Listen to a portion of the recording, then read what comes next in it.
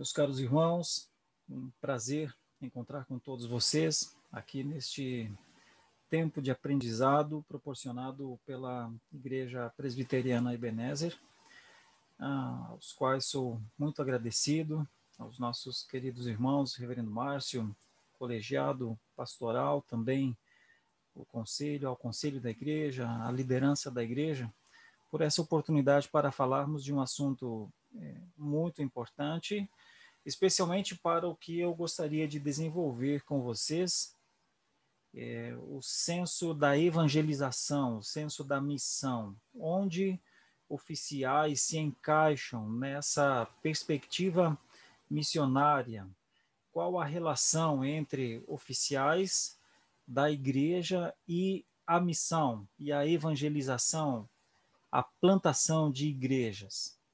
Bom, eu quero dizer uma coisa inicialmente, mas esse tema, essa ideia vai acompanhar a nossa exposição, os nossos pensamentos aqui sobre alguns dos versículos-chave. É a seguinte ideia: oficiais foram instituídos no princípio da igreja, porque igrejas estavam sendo plantadas. Então, não fosse o trabalho de plantação de igrejas, de estabelecimento de novas igrejas, talvez as coisas fossem diferentes. Talvez não existisse esse oficialato da maneira como vemos. Eu vou procurar discorrer isso por conta do que eu quero defender. Quero defender que uma das primeiras coisas, ou talvez a primeira coisa em termos de ação, de atividade para um oficial da igreja, é continuar a servir para que a igreja produza, plante novas igrejas. Então, uma linha de ênfase que eu quero começar a desenvolver é: os oficiais existem porque as igrejas foram plantadas. Os oficiais foram instituídos da maneira como foram, porque o contexto deles era a plantação da igreja. Deixa eu trabalhar isso de uma maneira um pouco mais ampla e eu volto a essa ideia daqui a pouco com mais ênfase. O Novo Testamento como um todo, ele foi escrito no contexto de plantação de igreja. Isso pode ser até uma coisa nova, assim, e até um pouco estranha de se ouvir, né? Porque parece não ser um hábito da igreja dos nossos tempos ler principalmente o Novo Testamento no contexto de plantação de igrejas. Nós lemos uma carta de Paulo e extraímos os conceitos teológicos mais profundos de justificação pela fé. Mas nós devíamos, além de compreender esses temas teológicos, tema da depravação total, de Romanos 3:23, todos pecaram e carecem da glória de Deus, o tema da ordem da salvação, em Romanos 8:30, aqueles aos quais a quem Deus predestinou, a estes chamou, regenerou, chamou e glorificou. Nós fazemos bem em buscarmos as bases teológicas da carta. Contudo, não podemos nos esquecer que essa foi uma carta escrita para uma igreja em plantação. Entre os muitos problemas da igreja de Roma estava a grande diferença de concepção que havia entre judeus e gentios. Então, Paulo escreve para corrigir aquela igreja em plantação acerca dos riscos que ela corria, da fragilidade a que ela se expunha em relação às concepções, muitas vezes, extremamente partidárias de ambas as partes, né? Entende o que eu quero dizer? Que Romanos foi escrito para uma igreja em Roma que estava sendo plantada ainda. Bom, se a gente falar isso da igreja de Roma, da carta aos Romanos, como nós fugiríamos do contexto e do entendimento que essa mensagem foi escrita para os primeiros ouvintes e a mensagem, os destinatários desta mensagem eram membros, líderes das igrejas nascentes. Quando lemos, por exemplo, a carta de Paulo aos Tessalonicenses, principalmente no comecinho da carta de Paulo aos Tessalonicenses, quando ele fala à igreja, quando ele se alegra muito com a igreja de Tessalônica, como ela abandonou os ídolos aos quais servia, ídolos feitos, e como ela veio para Deus para servir ao Deus vivo, que livra da ira vindoura. Plantação de igreja. Então, as cartas de Paulo, as cartas gerais, contexto, majoritariamente, plantação de igrejas. O que é a plantação de igrejas? Plantação de igrejas é o exercício da evangelização com vista a uma instituição. O que é a missão?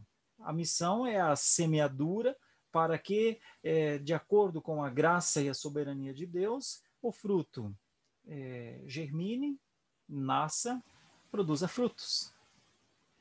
Então, vocês não acham, pensem comigo, que talvez nós estejamos um tanto quanto distantes deste contexto? Não é comum, porventura, ouvirmos sermões nas igrejas de cartas escritas para plantação de igrejas, para evangelização, para o início da igreja primitiva, e quase não se fazer menção a isso. Alguns me perguntam, eu estou nesse processo de missão, de evangelização, de discipulado há mais de 20 anos. E alguns me fazem perguntas que às vezes eu não tenho as respostas, mas posso levantar algumas hipóteses. Por que tantas igrejas grandes, fortes, estruturadas, não plantam igrejas?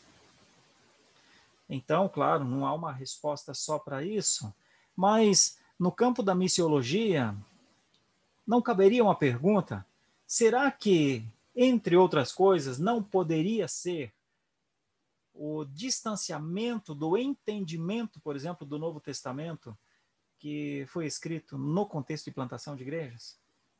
Quando as pregações não falam de plantação de igrejas, quando os oficiais não pensam em evangelização, em missão, em plantação de igreja, qual seria o motivo? Provavelmente, uma das hipóteses, imagino que hajam muitas outras, mas uma delas é que se abre o texto, por exemplo, do Novo Testamento com muita facilidade para falar de inúmeras coisas, menos do contexto para o qual a carta foi escrita. E então você pode ouvir um sermão maravilhoso de 3 pontos que presbiterianos gostam, de teologia calvinista, de homilética apurada, mas a carta foi escrita para uma igreja em plantação. Quando eu nem cito isso, não estou muito distante pelo menos desta mensagem que foi escrita para os primeiros destinatários. Eu só estou levantando uma hipótese, não há afirmação aqui. Na verdade, é uma pergunta que nós, líderes, precisaríamos pensar sobre ela. Por que, domingo após domingo, as igrejas reúnem pessoas que ouvem sermões em textos feitos para igrejas nascentes, para igrejas em plantação, e voltamos para as nossas casas sem nem ter ideia que isso faz parte da nossa missão e que a palavra de Deus existe para nos orientar nas práticas adequadas? Por que igrejas pararam de plantar igrejas? E aí eu começo a pontuar, entre outras coisas, né? Entre outras coisas, provavelmente uma dificuldade de hermenêutica, uma dificuldade de interpretar o texto a partir de um destino inicial. Porque se o Novo Testamento originariamente foi escrito para igrejas em plantação, então esse Novo Testamento hoje ainda é a instrução para novas igrejas, para novas plantações. Ou teria sido escrito só para aquela época? O Novo Testamento, a maioria das cartas foram escritas só para aquela época, Agora nós podemos extrair todos os ensinos, mas não precisamos mais plantar igrejas. Seria coerente ter esse tipo de entendimento? Creio que não. Creio que nós, líderes, sabemos que não. Então, uma das formas é voltarmos para as Escrituras e começarmos a pensar em alguns textos. Um destes textos, claro, hiper conhecido de todos nós, é Atos 6, os líderes, os principais líderes estavam se dedicando à palavra. Dedicar-se à palavra naquele contexto era pregar o evangelho, era ensinar nas sinagogas e, não poucas vezes, assistir os necessitados nas suas maiores necessidades. E por que era esse o ofício, esse o trabalho dos apóstolos? Porque Jesus havia feito isso. Em Mateus capítulo 4, nós temos Jesus percorrendo todas as cidades, ensinando nas sinagogas, pregando o evangelho do reino e curando toda sorte de enfermidades. Nós vemos a mesma coisa em Mateus capítulo 9, versículo 38. Ele percorria todas as cidadelas e povoados, ensinando nas sinagogas, pregando o evangelho do reino e curando toda sorte de enfermidades. Então o Senhor Jesus cumpre o seu ministério terreno, ascende aos céus e diz aos seus discípulos: olha, toda autoridade me foi dada nos céus e na terra. Indo, portanto, fazei discípulos de todas as nações, ensinando-os a guardar todas as coisas que vos tenho ordenado, batizando-os em nome do Pai, do Filho e do Espírito Santo. Percebe como o Senhor Jesus comissiona os seus discípulos para que eles, como líderes, façam as coisas que ele havia ensinado? Então, vem Atos 6. Eles precisam continuar a grande comissão. Eles estão envolvidos na grande comissão. E então há a instituição dos diáconos, porque eles precisavam cuidar das mesas. As mesas significa a vulnerabilidade com que principalmente as mulheres se encontravam naquela época. Então, o oficialato, ele existe para dar suporte à igreja nascente. E estas igrejas que nasceram e foram crescendo, elas foram recebendo esses oficiais. Num primeiro momento, quando Paulo faz, então vem Atos 6, a instituição e tudo mais, depois nós temos uma sequência que vai terminar, tem a primeira viagem missionária de Saulo com Barnabé, então vem Atos 15, o encontro para compreender como é que os cristãos deveriam ser recebidos na igreja. Veja, isso é tudo conversa de líderes. Isso é conversa de presbíteros, dos apóstolos, dos diáconos, dos pregadores. Eles estão conversando sobre como fazer missão. Diz para mim, com sinceridade, qual seria a função de um oficial se ele estiver deslocado da missão? Se os oficialatos foram criados no contexto da missão? Então, como poderíamos hoje vivenciar um oficialato desconectado da motivação, entre outras coisas, para a qual ele foi instituído? Me ajudem a entender. Faz algum sentido hoje nós investirmos, ordenarmos oficiais, sem que com isso lhe seja explicado que o ofício nasceu para o ministério da palavra e os diáconos para cuidar das pessoas em necessidades, em estado de vulnerabilidade, de fragilidade? E esse contexto era da missão. É impressionante como hoje alguém pode ter um mandato, 2 mandatos, 3 mandatos, 5 mandatos, se tornar um oficial emérito e nunca participar de plantação de igreja, e nunca participar de evangelização, e nunca fazer missão como os presbíteros e os diáconos que foram chamados dentro desse contexto. Eu digo para vocês, sem querer exagerar, praticamente só fizeram isso. Praticamente só fizeram isso.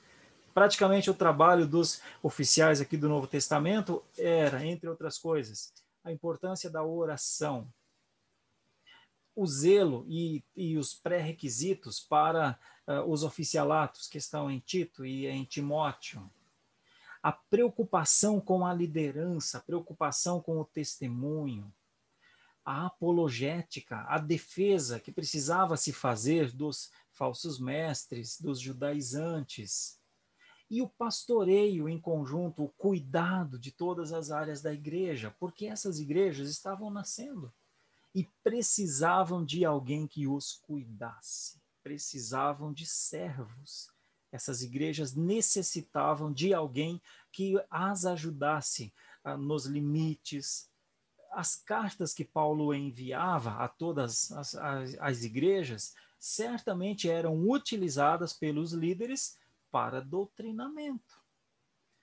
Então, você já deve ter entendido, meu querido irmão presbítero, meu querido irmão diácono, que há um sentido. Tenho a impressão que nos dias atuais, precisando de uma revisitação, há um sentido um tanto quanto perdido daquilo que nós entendemos por oficialatos. Os oficialatos foram instituídos no contexto da missão. Eles foram instituídos porque a igreja precisava de uma organização. Eles foram instituídos porque as pessoas novas que chegavam à igreja precisavam de discipulado. Os oficiais foram instituídos para que houvesse uma segurança na forma de conduzir a igreja e não uma fragilidade. Por exemplo, ventos de doutrina chegariam em todos os tempos para a igreja, mas os líderes ajudariam a igreja com a palavra e com todos aqueles pré-requisitos que nós vemos em Tito e em Timóteo. Essa é a primeira reflexão que eu gostaria de deixar aqui para a gente pensar juntos. Nós estamos estudando, fazendo um curso, uma continuidade de ensinos sobre os oficialatos. Meus queridos irmãos têm tido mestres maravilhosos, ensinando coisas pertinentes, coisas importantes. Eu quero trazer mais uma ideia que é muito esquecida nos dias de hoje. A liderança da igreja, ela existe para a missão. Ela adora a Deus, ela cultua a Deus, mas como podemos, como oficiais, irmos domingo após domingo, cultuar e adorar a Deus e desobedecermos a uma ideia macro, uma ideia fundamental que os oficiais foram chamados em meio à missão? Então, pensemos nisso. Esse é um ponto de reflexão e até mesmo de introspecção para talvez alguns que têm desenvolvido seus oficialatos de maneira desconexa da missão. Como eu sou comprometido com a missão, o convite que me foi feito foi para falar sobre missão e oficiais e eu achei ótimo. Só que eu sei que ele é um assunto denso e eu sei que ele pode até preocupar, porque em alguns casos realmente podem ser casos de alta desobediência, quando nós, oficiais chamados para oficiar na igreja, damos ênfase a coisas periféricas, muitas vezes até secundárias ou terciárias, e não levamos em conta o fundamento. Bom, eu vou trazer alguns textos aqui para a gente refletir. Por exemplo, um dos mais famosos é Atos capítulo 20, e do versículo 17 para frente, que é quando Paulo conversa com os presbíteros, né, que estão na cidade de Mileto. Veja a importância de Paulo tratando esse assunto. Provavelmente vocês já tiveram exposições sobre esse texto aqui no nosso curso, mas eu quero fazer uma abordagem relacionada à missão. Quero trazer uma abordagem simples, Atos capítulo 20, mas uma abordagem muito comprometida com a missão. É o contexto da terceira viagem missionária de Paulo. Então, é Atos capítulo 20, dos versículos 17 em diante, depois que Paulo embarca em Assos e chega a Mileto. Quando ele está nessa cidade, ele manda chamar aqueles presbíteros que trabalhavam na cidade de Éfeso. E aqui tem uma conexão entre Paulo, entre Timóteo e outros que também trabalharam na cidade, e os presbíteros, então. Veja só, nós vamos pensar um pouco nesse texto para ver, do ponto de vista da missão, a importância desses oficiais na evangelização, na apologética e na liderança mesmo, como exemplo neste lugar. De Mileto mandou a Éfeso chamar os presbíteros da igreja. E quando se encontraram com ele, disse-lhes: Vós bem sabeis como foi que me conduzi entre vós em todo o tempo, desde o primeiro dia em que entrei na Ásia, servindo ao Senhor com toda a humildade, lágrimas e provações, que pelas ciladas dos judeus me sobrevieram, jamais deixando de vos anunciar coisa alguma proveitosa e de vô-la ensinar publicamente e também de casa em casa, testificando tanto a judeus como a gregos o arrependimento para com Deus e a fé em nosso Senhor Jesus Cristo. Paulo recorre a uma narrativa da sua caminhada, porque quem via Paulo trabalhando certamente entendia que aquele homem não trabalhava sozinho. Primeiro ele trabalhava com um colegiado de pessoas. E a partir da segunda viagem missionária, Paulo começa a confirmar as igrejas. Essa palavra confirmar, entre outras coisas, é formar liderança. O primeiro momento em que Paulo e Saulo ainda, né, e Barnabé fazem missão na região da Ásia Menor, a região de Icônio, Derbe e Listra, é um anúncio, é uma proclamação, é uma semeadura. Bom, só pelo Espírito se pode imaginar o que aconteceria ali, mas humanamente falando, não. Ele entrava nas sinagogas, ele pregava o evangelho do reino, ele às vezes era perseguido e ele ia para outra cidade. O que depois da pregação acontecia, com a pregação acontecia, mas depois vinham as notícias, era de conversões. Então, é nesse contexto que Paulo chama Barnabé de novo e fala: vamos voltar para as igrejas. Dá-se início à segunda viagem missionária. Bom, Barnabé não vai com Paulo. Barnabé chama João Marcos e desce para Chipre. Mas Paulo sobe com outras pessoas e vai encontrar Timóteo no meio do caminho, né? Sobe com Silas e depois vai encontrar Timóteo no meio do caminho. Eu tenho para mim que, entre outras coisas, dá para se perceber que Paulo quer estabelecer a liderança. Quem é essa liderança? A liderança são os presbíteros.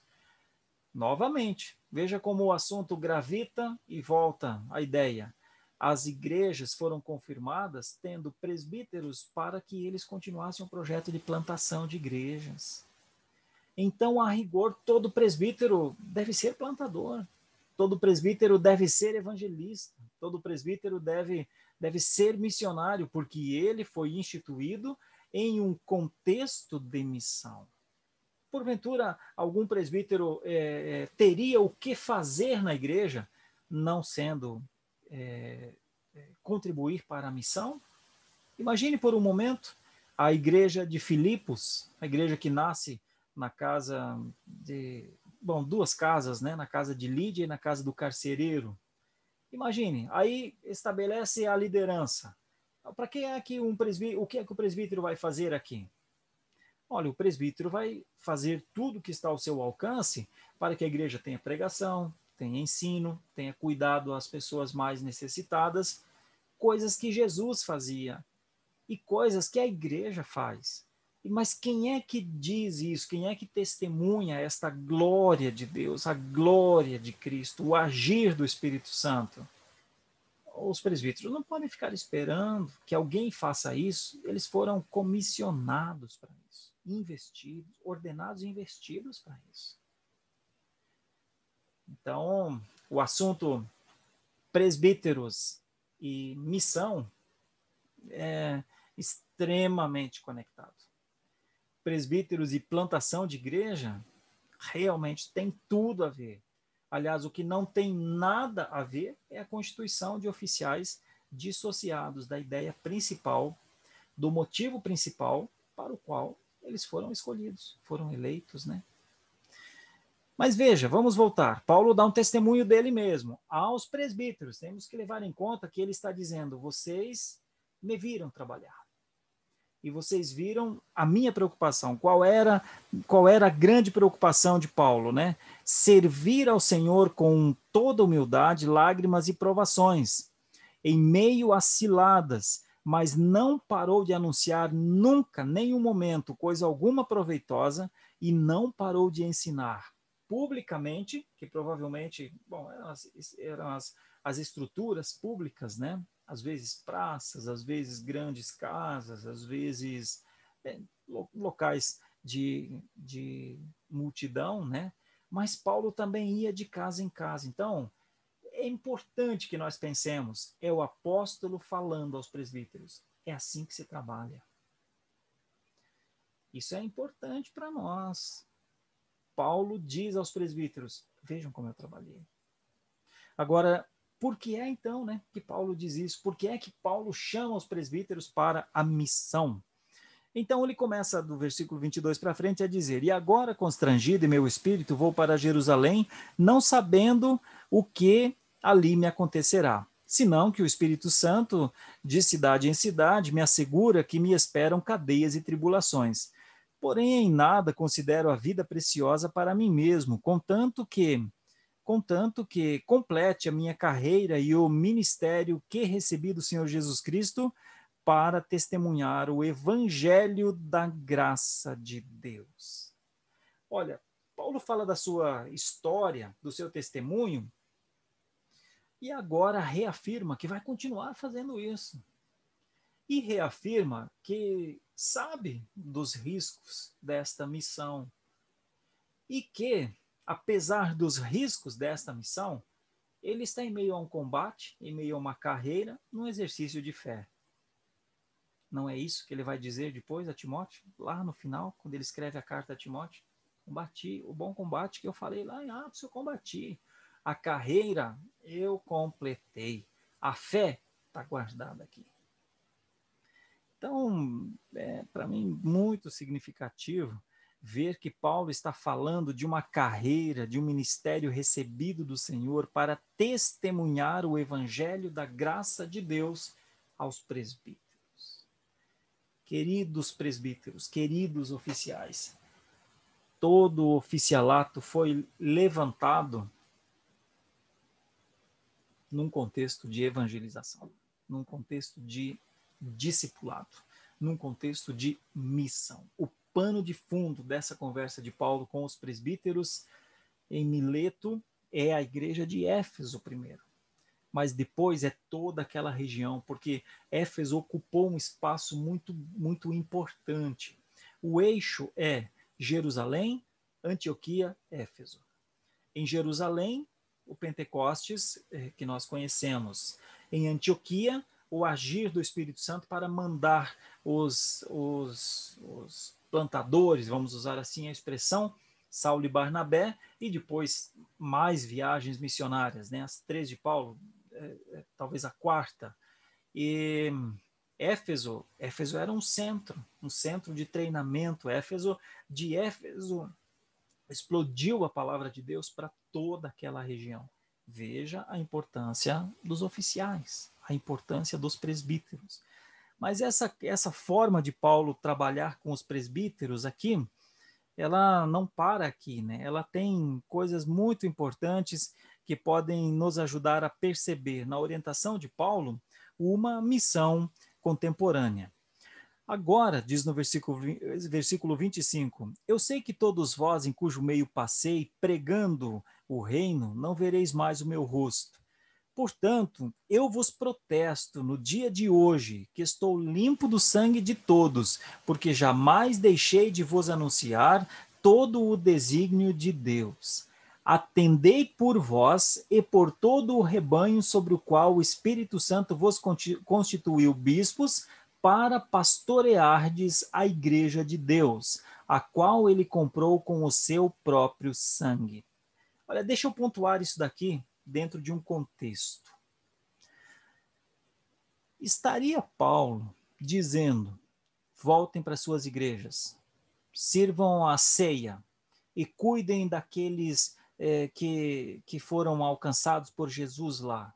Façam esse trabalho, porque aquele é o vosso limite. Estaria Paulo falando isso? Deixa eu tentar trazer umas luzes aqui para você. Olha, Paulo diz que de uma coisa ele está em paz. Ele não deixou nenhum momento de anunciar todo o desígnio de Deus. Isso faz parte ainda do testemunho de Paulo a eles.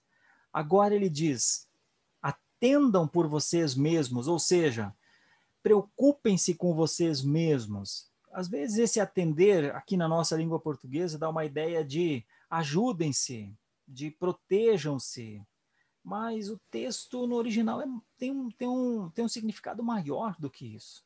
Tem mais ou menos esse significado que eu vou trazer aqui. Olha, tenham consciência de quem vocês são.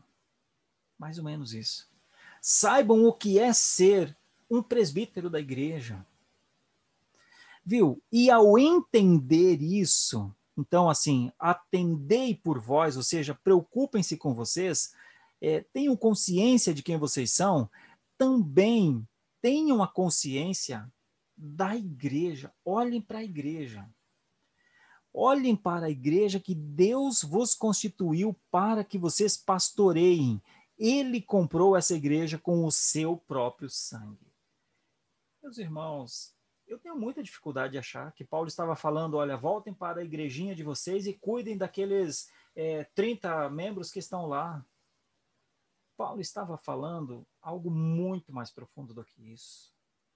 Paulo estava dizendo, olha, vocês, entre outras coisas, estou parafraseando aqui por conta do contexto.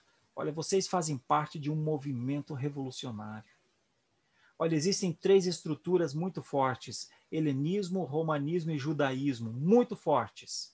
Mas vocês são os soldados dessa instituição pequena hoje, mas grande para a glória de Deus. O poder dessa pequena instituição hoje é maior do que o das 3 grandes instituições. Sinceramente, Paulo não estava falando para eles voltarem para lá e irem todo domingo para a igreja. Paulo estava falando mais. Certamente Paulo estava chamando estes presbíteros a um entendimento que eles eram oficiais do reino. E então eles tinham que atender por eles e por todo o rebanho sobre o qual o Espírito Santo, e era o Espírito Santo que os constituía bispos para pastorearem. Então isso implica todos os novos convertidos, isso implica os futuros novos convertidos. E mais, os primeiros destinatários aqui eram os presbíteros de Éfeso, mas essa é uma carta para os futuros presbíteros de Éfeso. E então essa carta foi lida em Éfeso, não só para os presbíteros que ouviram, mas para presbíteros que foram chamados, segundo o Espírito Santo, constituídos para pastorear a igreja de Deus. Meus irmãos, tem muito de missão aqui. Tem muito de evangelização aqui em oficialato, não tem? Tem muito de comprometimento aqui. Voltemos à ideia. As grandes instituições estavam formadas. Romanismo, judaísmo e helenismo. Agora, uma nova está surgindo, o cristianismo. O cristianismo com os presbíteros, meus irmãos. Plantadores de igreja, defensores da igreja. Aliás, é o que o texto vai falar daqui a pouquinho. A importância desses homens terem consciência de quem eles eram para, na hora que fosse necessário, fazerem a defesa que era esperada deles, né? Aí, do versículo 29 para frente, Paulo começa a falar de coisas ruins que vão acontecer. Ele diz: eu sei que depois da minha partida, entre vós penetrarão lobos vorazes que não pouparão o rebanho, e que dentre vós mesmos se levantarão homens falando coisas pervertidas para arrastar discípulos atrás deles. Aí vem a orientação de Paulo. Portanto, vigiai, lembrando-vos de que por 3 anos, noite e dia, não cessei de admoestar com lágrimas a cada um. É como se Paulo dissesse assim: a vida de um presbítero não é fácil, é difícil, porque lobos vêm para matar, lobos vêm para destruir, os lobos vêm para fazer das ovelhas pequenas presas. E então, uma coisa pode ajudar, talvez seja isso, a vigilância. A vigilância, vigiai. Então, função importante para presbítero, né? Função importante para conselho, vigiar. Vigiar é estar com os olhos atentos, claro. Aqui ele diz vigiai, porque vocês devem se lembrar que por 3 anos, noite e dia, não deixei de admoestar. Então, aqui tem uma relação temporal, né? É como se Paulo falasse, olha, vigiem, porque pode ser que vocês não façam isso. Vigiem, atendendo por vós, vigiem a vocês mesmos. Entendam por vocês mesmos quando vocês pararam de anunciar o evangelho. Compreendam que quando vocês pararam, vocês se desviaram daquilo que é a função para o que foram chamados. Atendam por vocês, tenham consciência de quem vocês são. Continuem o ministério de plantação de igrejas. Vigiem, tenham a mim como exemplo. Preguei de dia e de noite, em todos os lugares. Isso está 2 vezes na passagem. Então vigiem a vocês mesmos, coloquem guarda aos oficialatos que vocês têm. Fiquem atentos, porque um presbítero, um diácono atento, ele sempre vai ter o que fazer no reino. Ele sempre vai ter a oportunidade de evangelizar mais e discipular mais. Mas se ele não estiver vigilante, o seu oficialato vai naturalmente minguar, naturalmente perder a vida, porque quem dá vida a esse oficialato é a nossa fé, é o compromisso público que nós aceitamos. Então, por causa disso, nós somos movidos por uma palavra empenhada, por um passo que não pode ser voltado atrás. Vocês percebem o exemplo, a preocupação de Paulo com os presbíteros de Éfeso? E ele continua a falar, depois de pedir que eles vigiem então, né? Agora, pois, encomendo-vos ao Senhor e a palavra da sua graça, que tem poder para vos edificar e dar herança entre todos os que são santificados. De ninguém cobicei prata, nem ouro, nem vestes, vós mesmos sabeis que estas mãos serviram para o que me foi necessário, me era necessário, a mim e aos que estavam comigo. Tenho-vos mostrado em tudo que, trabalhando assim, é mister socorrer os necessitados e recordar as palavras do próprio Jesus, mas bem-aventurado é dar do que receber. Bom, aqui finaliza essa ideia de Atos 20, 17, numa orientação de Paulo aos presbíteros. É uma orientação que tem muitos sentidos aqui. Uma delas é: o ministério de vocês foi dado por Deus. A sua palavra, a palavra da sua graça é que vos santifica. E aí ensina os presbíteros a viverem de maneira serviçal. Ensina os presbíteros a viverem de maneira não voluntariosa, de maneira a fugir da volúpia, de maneira a fugir dos ganhos de um cargo eclesiástico. Aí Paulo dá um exemplo dele mesmo. Vocês viram como eu vivi entre vocês. E se eu vivi da maneira que eu vivi, é porque eu sigo uma linha de Jesus. A linha de pensamento de Jesus é que mais feliz é quem dá do que quem recebe. A instrução aqui é para que presbíteros não angariem, né, para si honras e glórias do presbiterato, do oficialato, porque eles não são melhores do que ninguém, porque são chamados para serem esses oficiais. O que eles têm agora é uma responsabilidade maior. Então, essa responsabilidade, ela não pode se configurar em lucros, em ganhos. Essa honra tem que ser para o Senhor Jesus. É por isso que a orientação é: veja onde está a felicidade, veja onde está a bem-aventurança. A bem-aventurança não está no receber, a bem-aventurança está no dar. Depois de tudo isso, nós temos o momento então final, o momento triste, o momento de choro. Tendo dito estas coisas, ajoelhando-se com todos eles, né? Ajoelhando-se, orou com todos eles. Então houve grande pranto entre todos, e abraçando afetuosamente a Paulo, o beijaram, entristecidos, especialmente pela palavra que ele dissera, que não mais veriam o seu rosto, e acompanharam-no até o navio. Bom, eu poderia fazer uma conclusão, vamos dizer, dessa passagem. Poderia me estender bastante aqui, porque assunto tem para isso, mas eu quero falar de uma maneira muito simples. Eles entenderam a mensagem de Paulo. E eles choraram enquanto Paulo orou por eles. E eles ficaram muito tristes porque esse homem havia ajudado imensamente aos presbíteros. Esse homem havia explicado a eles o que era servir ao Senhor com alegria. Esse homem havia ensinado a eles que é o Espírito Santo que dá a sustentação para que o ministério seja desenvolvido. Esse homem tinha dito a eles que, por mais que os inimigos da cruz se achegassem para fazer todo o mal contra o evangelho, eles tinham condição de, com a palavra, contestar, com a palavra proteger, com a palavra combater o bom combate. O de Paulo. Em outra passagem, Paulo diz: continue a combater. Vocês têm em mim, vocês têm em vocês o combate que um dia eu tive em mim.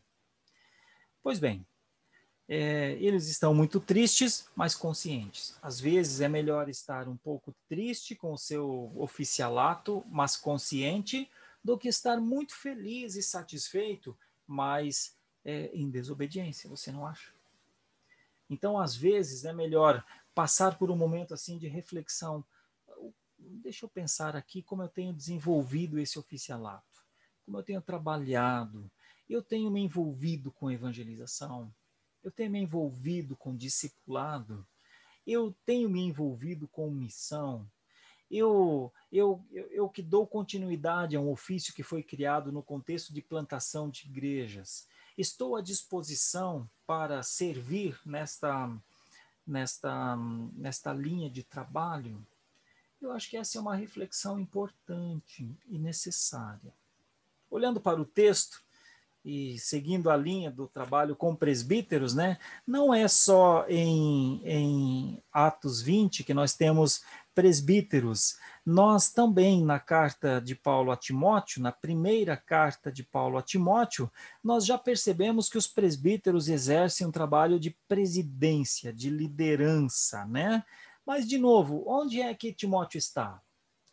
Timóteo está muito em contato com a igreja de Éfeso.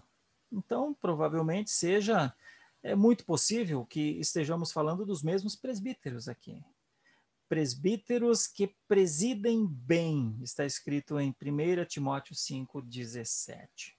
E não para por aí. Quando Paulo escreve a Tito, que Tito também faz parte do plano missionário, né? Tito ficou em Creta e ficou para plantar a igreja. O que é que ele pede? Ele diz a Tito algo mais ou menos assim: olha, eu te deixei nessa cidade para que constituísses presbíteros, conforme te orientei, te ordenei. Percebe como Paulo queria que presbíteros fossem eleitos nas igrejas novas? Porque eram igrejas em plantação.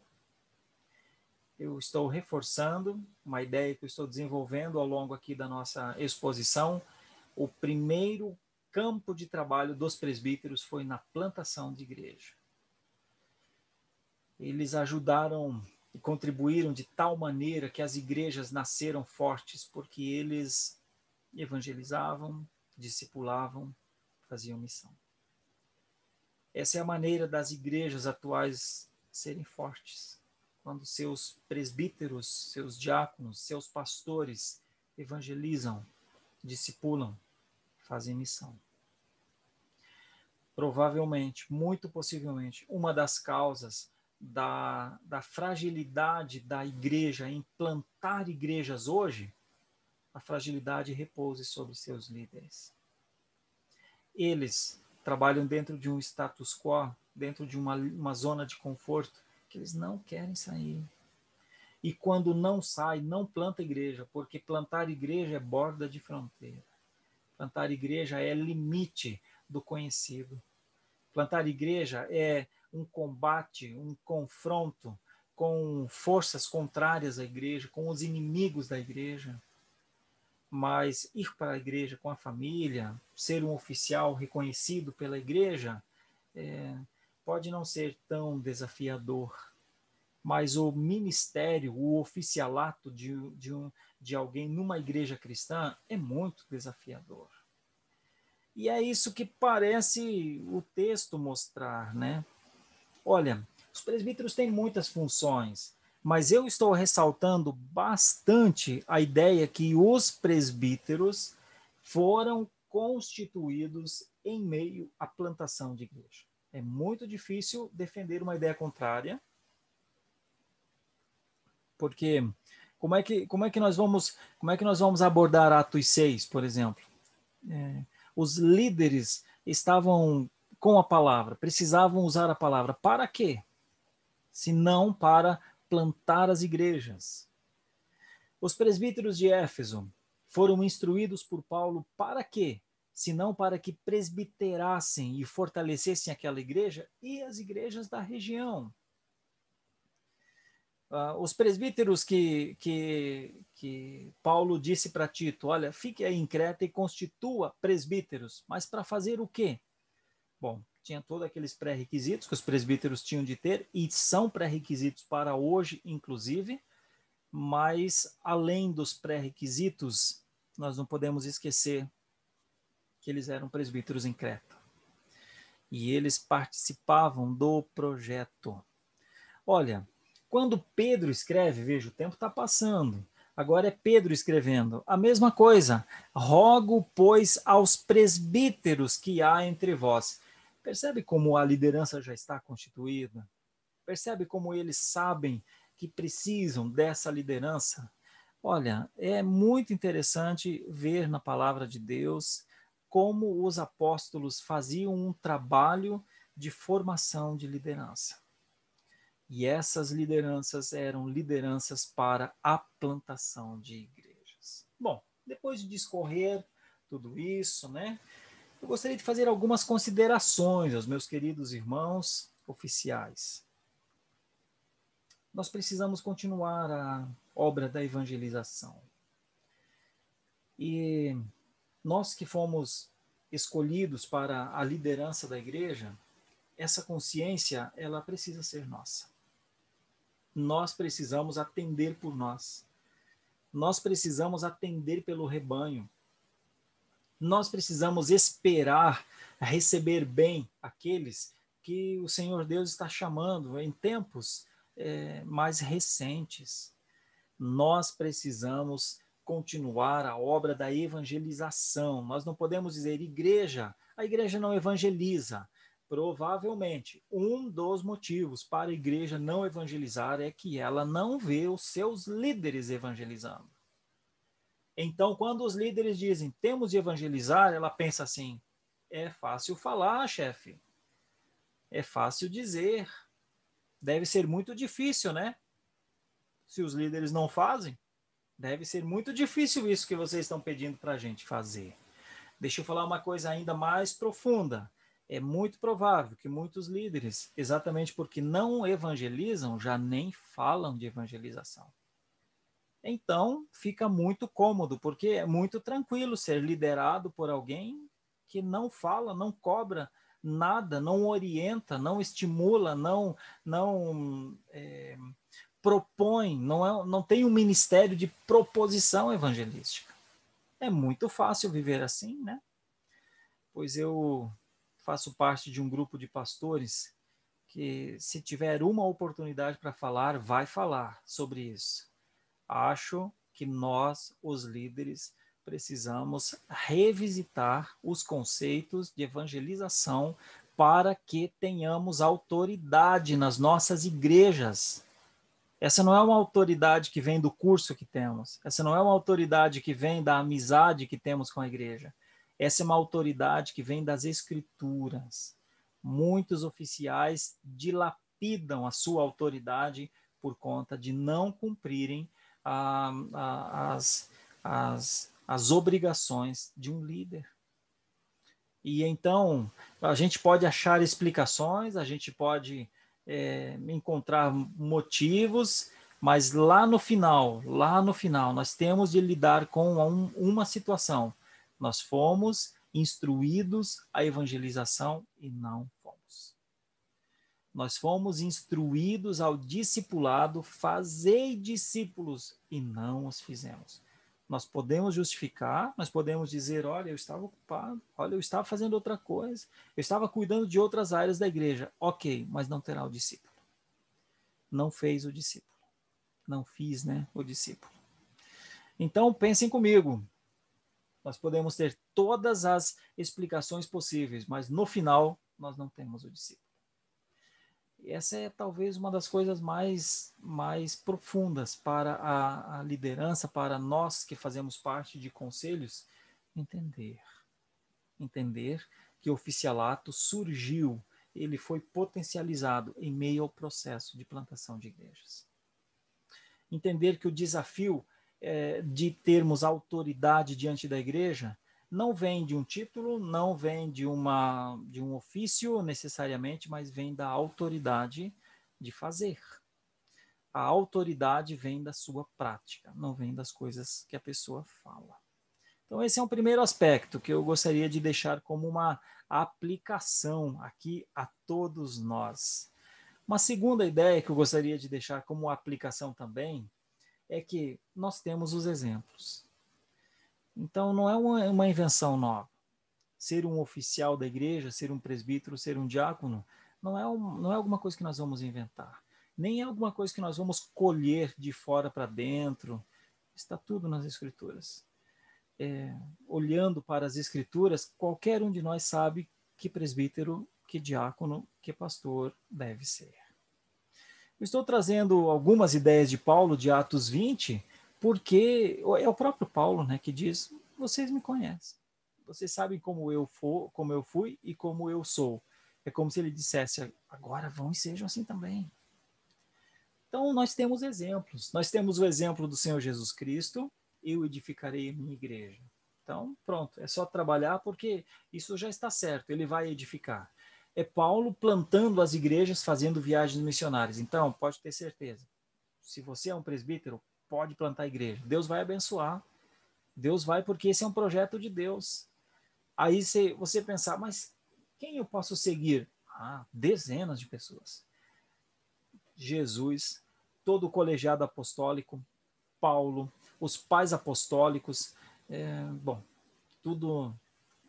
O contexto aponta, tudo aponta para pessoas que compreenderam a sua função dentro do reino. Exemplos nós temos, e temos muito. E até temos alguns exemplos na modernidade também, exemplos de pessoas que tiveram uma convicção clara do que era o oficialato e se envolveram com ela intensamente. Ainda quero dizer uma outra coisa. Presbíteros fazem escola, e essa escola pode ser boa ou ruim. Presbíteros fazem escola porque eles, presbiterando com essa perspectiva, uma perspectiva missionária, uma perspectiva apologética, uma perspectiva evangelística, os jovens veem os presbíteros e os jovens reconhecem a autoridade neles nas práticas deles. Os jovens, ao reconhecer a autoridade de um presbítero na igreja, pela prática dele ou de um diácono, isso faz com que ele contemple um ideal de vida dentro da própria igreja e amanhã ele poderá ser um desses oficiais. Muitos jovens estão esperando ainda isso acontecer na vida dos seus presbíteros. Estão esperando encontrar um exemplo bíblico na vida deles, um testemunho real da graça de Deus na vida deles.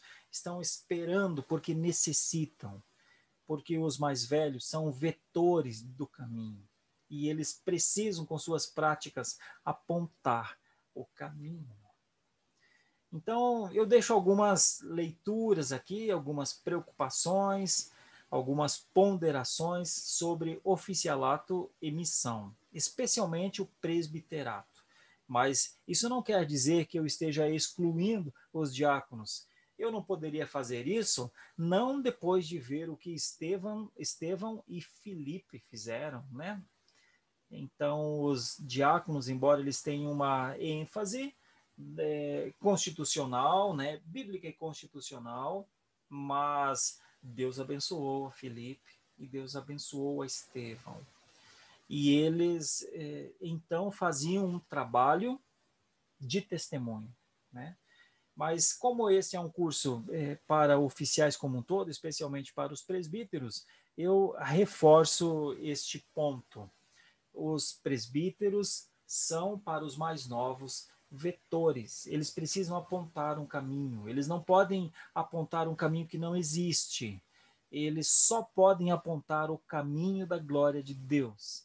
Por isso, meus queridos irmãos presbíteros, olhem para a palavra. Pensem seriamente nos oficialatos, pensemos seriamente nos oficialatos que temos. Presbíteros regentes, presbíteros docentes, podem se unir para proclamarem o evangelho mais do que estamos fazendo. Nós, estes presbíteros, podemos fazer um trabalho mais avançado do que estamos fazendo. Eu quero pontuar não com aplicações, mas com reflexões para o futuro. Meus queridos irmãos presbíteros, especialmente aqueles que moram aqui na cidade de São Paulo, nós temos de nos unir para plantar igreja. Nós temos de unir nossas forças, nós temos de unir nossos recursos, nós temos de nos unir em oração. Nós temos igrejas sólidas em São Paulo, grandes igrejas, ótimas igrejas, que estão há anos sem plantar igreja. Nós temos igrejas nos bairros estratégicos de São Paulo. Nós, como presbíteros, docentes e regentes, precisamos encontrar esse elo, esse contato. As igrejas precisam umas das outras, elas podem contar com outras, elas podem desenvolver grandes projetos de parceria.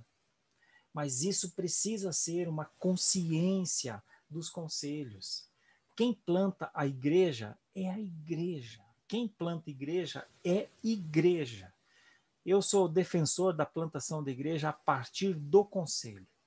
O conselho analisa o projeto, pensa nos prós e contras, junta todos os esforços possíveis, envolve-se com o recurso financeiro e também humano, traz a parceria de uma outra igreja, somam as forças e pronto, plantam uma igreja.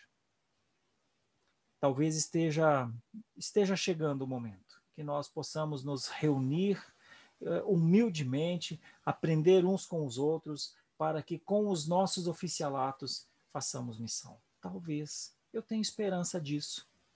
Tenho esperança de poder encontrar em algum momento os meus queridos irmãos presbíteros e diáconos unidos em projetos de plantação de igreja.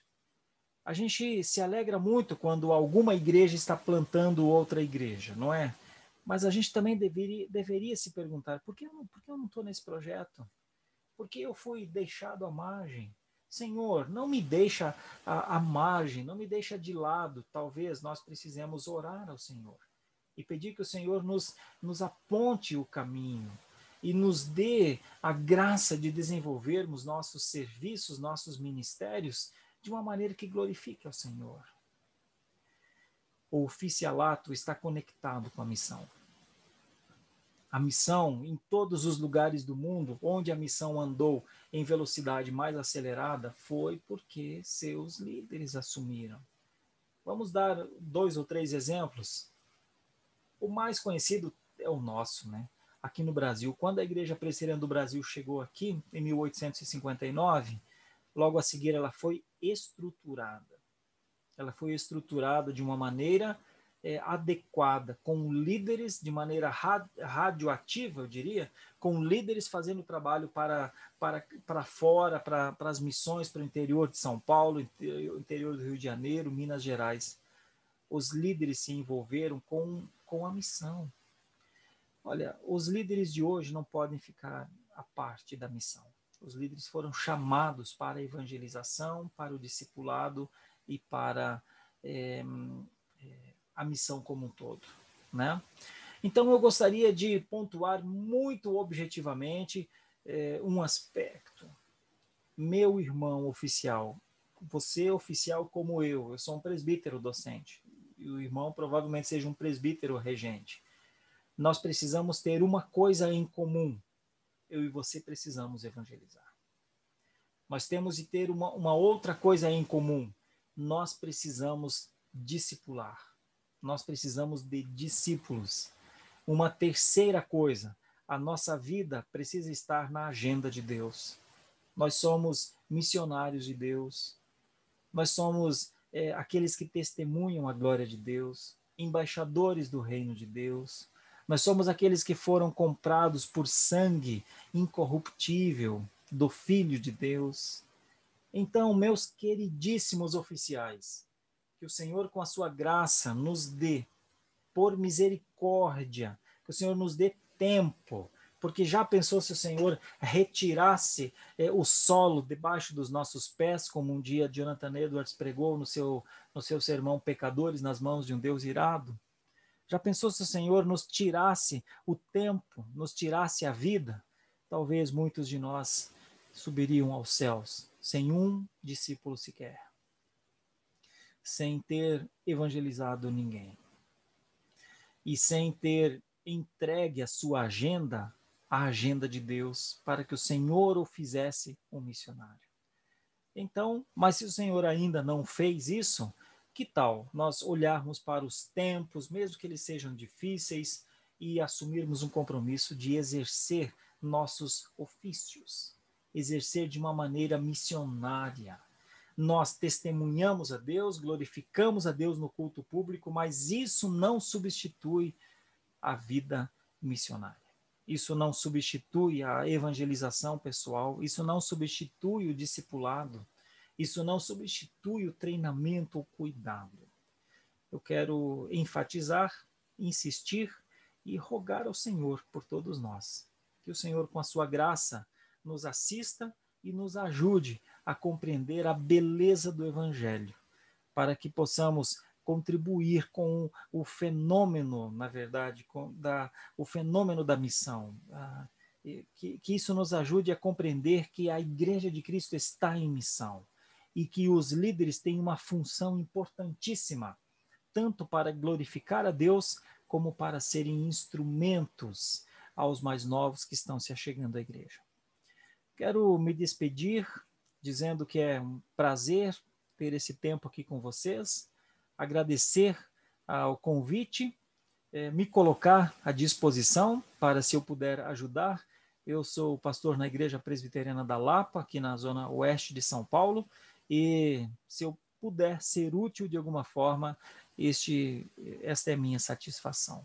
Mais uma vez, muito obrigado aos organizadores, pastor Márcio Alonso, aos todos os queridos irmãos que trabalham com ele na Igreja Presbiteriana Ebenezer, também ao conselho da igreja, à junta diaconal e a todos vocês que estão fazendo este curso, estão se dedicando a este curso, certamente numa busca por uma formação mais aprofundada. Quero agradecer a Deus, louvar ao Senhor e convidá-lo para refletir dia após dia nesse oficialato tão importante que o Senhor Deus lhe concedeu. Gostaria de orar com vocês. Nosso Deus, nós colocamos nossas vidas diante de Ti, o serviço, o oficialato que o Senhor nos deu. Rogamos que o Senhor, por sua misericórdia, nos dê o entendimento que estes oficialatos, eles têm um objetivo. O Senhor estabelece um objetivo para eles. E nem somos nós que colocamos esse objetivo, porque os nossos oficialatos, eles são ordenados pelo Senhor. É o Senhor quem nos diz o que devemos fazer. Com a tua palavra, o Senhor nos diz o que devemos fazer. Permita-nos sermos encontrados, Senhor, em fidelidade, na fidelidade ao Senhor. Em fidelidade ao que a tua palavra prescreve, para que os nossos trabalhos não sejam em vão, porque se andarmos em fidelidade, esses trabalhos estarão no Senhor, serão para ti, para a tua honra e para a tua glória. Santo é o teu nome, digno de temor e de reflexão. Tua palavra nos ensina coisas lindas, Senhor, coisas grandes, coisas importantes, coisas que podem revolucionar o nosso oficialato. Eu te agradeço por isso, te agradeço por esse tempo. Peço que o Senhor, com o seu Santo Espírito, nos guarde e ao mesmo tempo nos convença. Assim nós oramos, agradecidos, em nome de Jesus. Amém. Amém, graças a Deus.